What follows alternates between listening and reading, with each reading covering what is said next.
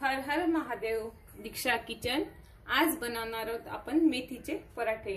त्यासाठी मी अगोदर सर्व साहित्य गोळा करून घेतले।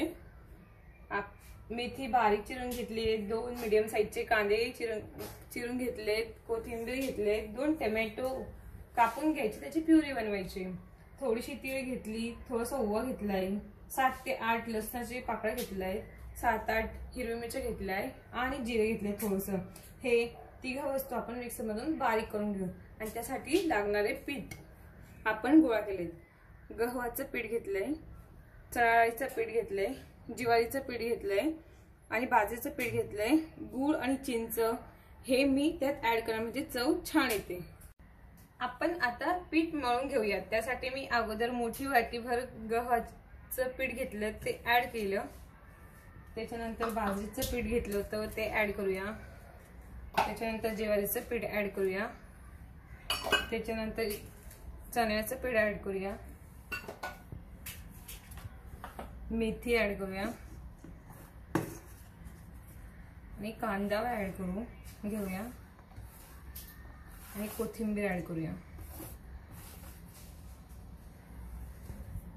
त्यासाठी आपण तीळ काढून घेतली होती, तीळ आणि ओवा हे दोघं मी ऍड करूया। टोमॅटोची प्युरी घालूया, हिरवी मिरची, लसूण आणि जिऱ्याचे आपण वाटून घेतलंय, ते ऍड करूया। चवीनुसार मीठ घालूया त्यात आणि हळद घालूया थोडीशी।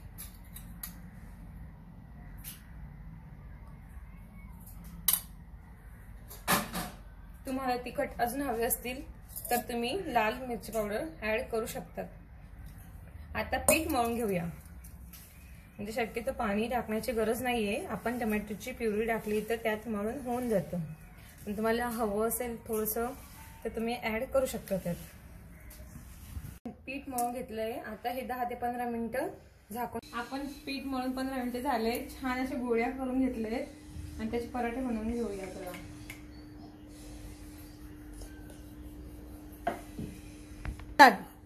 अगोदर पॅनवर थोडंसं तेल घालू,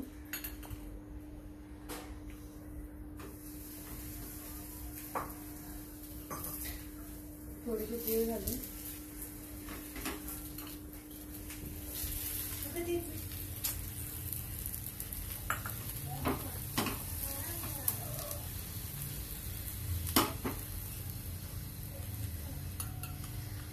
क्रॉस टाकलेला